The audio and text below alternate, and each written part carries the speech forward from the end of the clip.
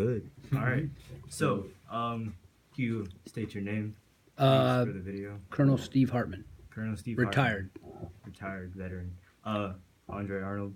Michael Jimenez. Michael Jimenez. All right. You can start off. What made you go to the military? I wasn't planning on it. I was a college student, and I was in one of my dorm mates was a scholarship cadet for ROTC, and he invited me over to check it out, and I decided to take it. That's how I got in. It wasn't any magic thing that I said, oh, I want to do this. It wasn't like that at all. I just kind of started taking the class and went from there. Like, you enjoyed it? Well, I did it for a long time, so some days are better. Some, like any job, some days are better than others. Some jobs are better. There's days here I don't have fun. Most days I have a great time. So I enjoy being around kids a lot. So to me, it's some days you have butt heads. They're really bad. And some days are like fifth period's been pretty good this last month or so. So it's been good. So yeah. So to go back in the past, so in high school, did you used to be in an ROTC program? No, I had no military. Knowledge other than my dad served in World War II.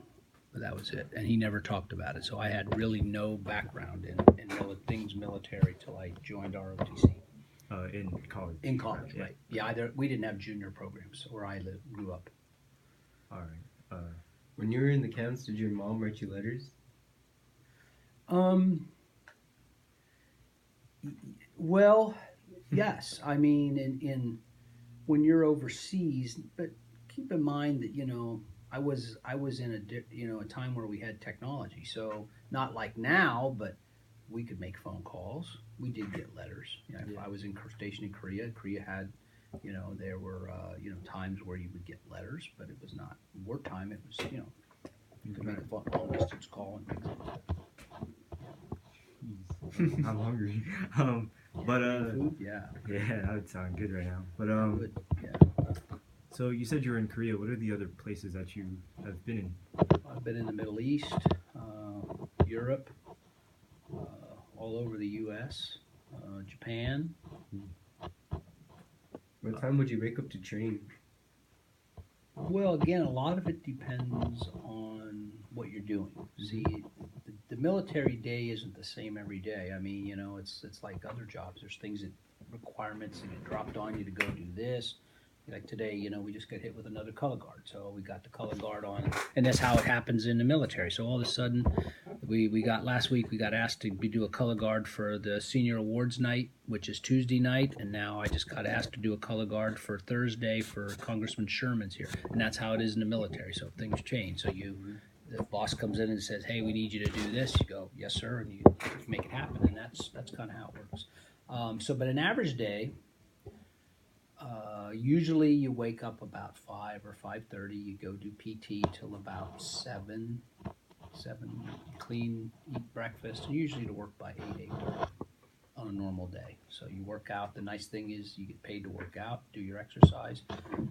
So I get up earlier now than I did when I was in the military because you have to be here at 7:15.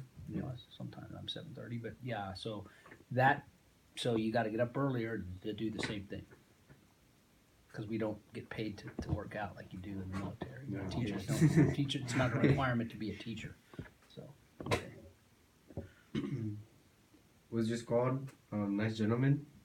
Was what? Your squad, like your. Well, when you're a squad, I was never a squad leader. I was a platoon leader. So a platoon leader is basically 4 squads, and it's about 40 guys. And you have squad leaders that are NCOs that take care of the squads. And then you have a platoon sergeant that takes care of the squad leaders, and then that platoon leader is in charge of that platoon sergeant. So the officer job is a little bit different than what you would envision here. Like Andre's going to be the command sergeant major. So one of the things I changed here was we didn't know when I first got here, the cadets didn't know the difference between an NCO and an officer because they thought it was all kind of the same. And so we have evolved to where we now know they do different jobs. And so the leaders now that come in do different things. So NCOs take care of the troops, and the officers plan and make sure their things are resourced that you're able to do what we need to do. So it's a different type of job. So you said that you took ROTC in college. So Mm-hmm. did you? I know there's like a little way that you can go from like, I think it's like green to gold or something Mm-hmm. like that. Exactly. Did you end up doing that? They did not have green to gold when I was in. It was you either you could have applied for a scholarship. I didn't want to do that because I didn't want to know if I wanted to be committed to it. Because you're looking at 3 to 4 years of your life basically after college, and I didn't have enough background to say I'm not going to, because I was actually had a job and I was paying my way through college, so I really didn't need this scholarship, and I knew that if you take the money you're going to owe the time, and I didn't want to be committed to that. So what rank did you start off? You just started off with like basic or?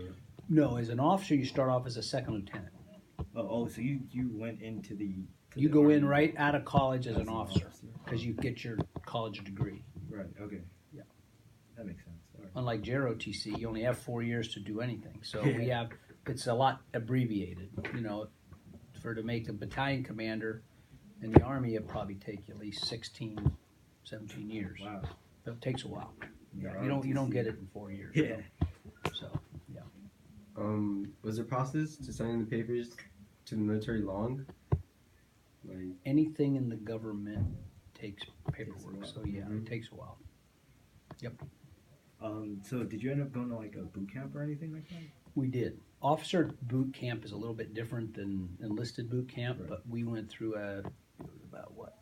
Well, we do it in ROTC. You do it over the summer months, and then when you go on to your initial schooling after you're graduated from college, so you'll go for like 2 or 3 weeks between your junior and sophomore and junior year, and then 2 or 3 weeks between your junior and senior year of college. Then you graduate, then you go off to your training. That's when you really get like the boot camp thing, where they teach you how to do the basic stuff, soldier stuff. is there any particular part of training you hated? Well, I mean, honestly, it takes you, because I was not somebody that really thought about doing this as a career, and I guess I needed to get my head around the fact that my time is not my own, Mm-hmm. and the job you're basically government property. When you sign up, you're like giving your body to the government. Mhm. That's what you do. And so it takes a little while to get that, if you even Get used to understand that. that at all when you enlist. Yeah. But that's what it is. Because it's not like a job where You sign up and you can quit like anything. right. It's not like a job where you can say, okay, I work for the Army. I am the Army. So that's a big difference. Is you are the military. You're not working for the military. Now we have civilians that work for the military. They're employees just like I am for the district. But I am not LAUSD. I work for LA. Does you know the difference? Mhm. And you're in the Army. You are the Army. So you are what it is. Like That's you a become whole. the face That's, of the army. yeah, you are the face, the Yeah. body, the meat, the guts, everything. You're as a soldier. That's what it is, and that takes a little while to get your head in gear with that. So with ROTC, there's like unarmed and armed and marksmanship and stuff like that. Right. I think there's a color guard for the army.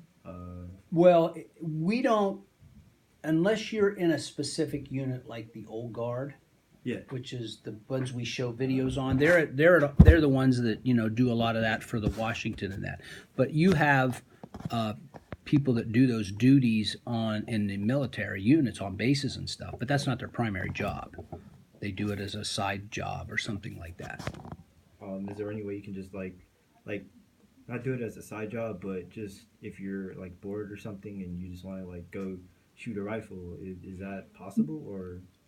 Your personal weapons, Yeah. yes, yeah, you can have own personal weapons and shoot.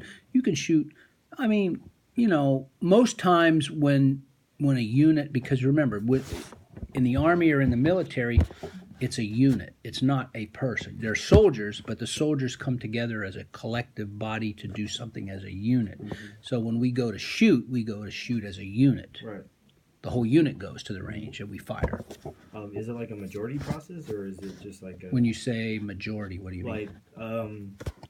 So you have free time basically, and Yeah. you just want to go buy your weapon just to let off some steam, I guess.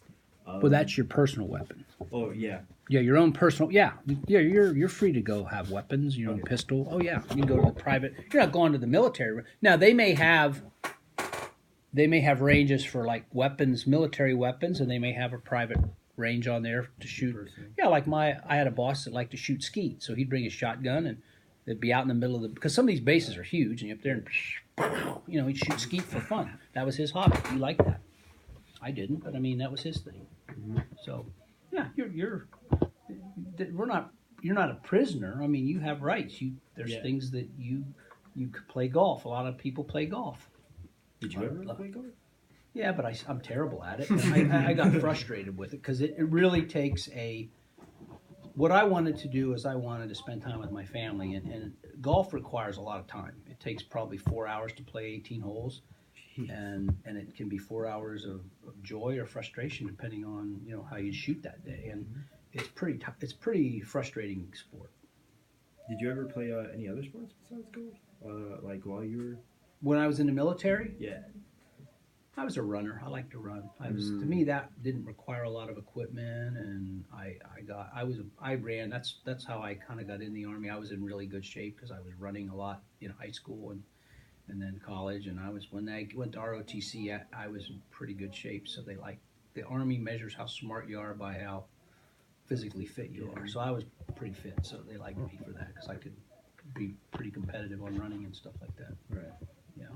It's always nice to be a little bit competitive. Oh yeah, absolutely. No, it is. Not too competitive. Not too. Well, that honestly, Andre, that's been one of my frustrations here in JROTC. And this is going to be part of the interview or not, but you know how we have these competitions with the other schools? Yeah, it gets really heated and stuff like that. It is. I have rarely ever been at the top. I've rarely never been at the bottom. Right. I'm usually in the middle. Mm-hmm. And here I've been mostly in the bottom on this stuff because we don't do well in any of this. Yeah. So I've had to learn to say, look, it's not me, but the competitive events that we do because we don't practice enough. We're not committed to success. And then you got a school like Monroe that practices marching drill competition 12 months a year, every day. You can't compete with that. We barely practice enough to even put a team on the field to compete. And the results speak for themselves. So that for me has been one of my hardest lessons here, and I hope at Canoga we can get people that are interested in doing this because it's not for all year, but we've had most of the drills in the first semester. So if we get them to commit to practice out, and that's what's kind of the CSM's job is to get the cadets out there to practice. So we can at least make a good showing, and I don't expect to win, but expect to be competitive. Right. Like we didn't compete in anything this year. We didn't even have enough. Yeah, it's been really slow. It's been a terrible year. It's been the worst in 9 this year as far as the competitive events. But I think the difference between Cleveland and Monroe is just it's like they have a lot more motivated cadets.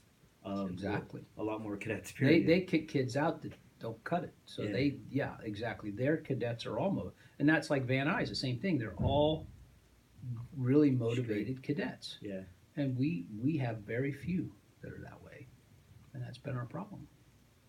We don't have enough interested, and the school doesn't care about it, so the school doesn't support us. They don't help us with better quality, higher functioning students. Right. And so we've had to, make do with what we have. And we always have been doing that, Pretty much since I've been here, it's been that way. So it's not just your year. I go back to 2009. It was the same way. Now we had 4,300 students at Cleveland when I got here. So we had over 1,000 more students, and we still barely had 100 cadets. Yeah. And most of them didn't care. Most of them could care less about ROTC. They were just thrown in the class. They were getting PE credit.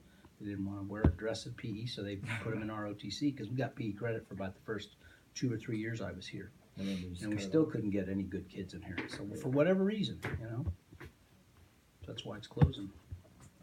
That's not what this is about, but you can turn it back on. I don't think that's important to your interview. But, We'll put it in there. After your first deployment, when you got back from the military, what was the first thing you did? Hug the family for sure. Mm-hmm. See your wife, your kids. What else did I do?